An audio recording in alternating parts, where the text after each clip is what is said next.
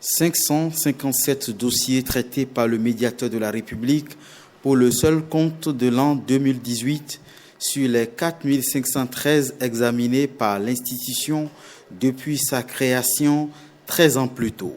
Un record selon ses dirigeants, avec une large part consacrée à la gestion de la carrière des agents de l'État pour 26,85% des recours examinés, suivi des affaires domaniales pour 21,42% et des dossiers d'exécution de décisions de justice qui ferment la manche pour 4,57%, pour ne citer que ces statistiques.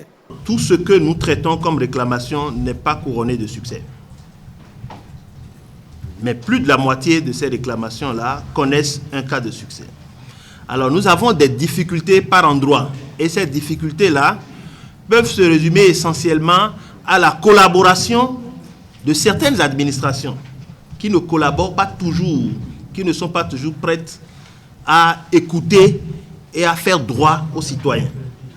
Nous avons aussi une part de réclamations non fondées, il faut le reconnaître.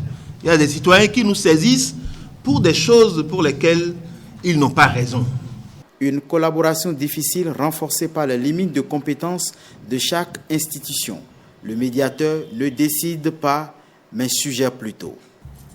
On condamne par exemple une personne, ou on condamne l'administration à faire telle chose.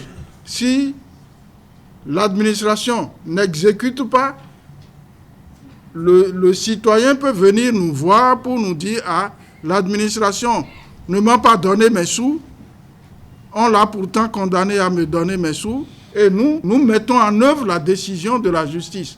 Mais nous ne prenons pas la décision. » Malgré de maigres ressources, le médiateur de la République déclare jouer avec efficacité son rôle de contribution à l'amélioration de l'état de droit et de la gouvernance administrative.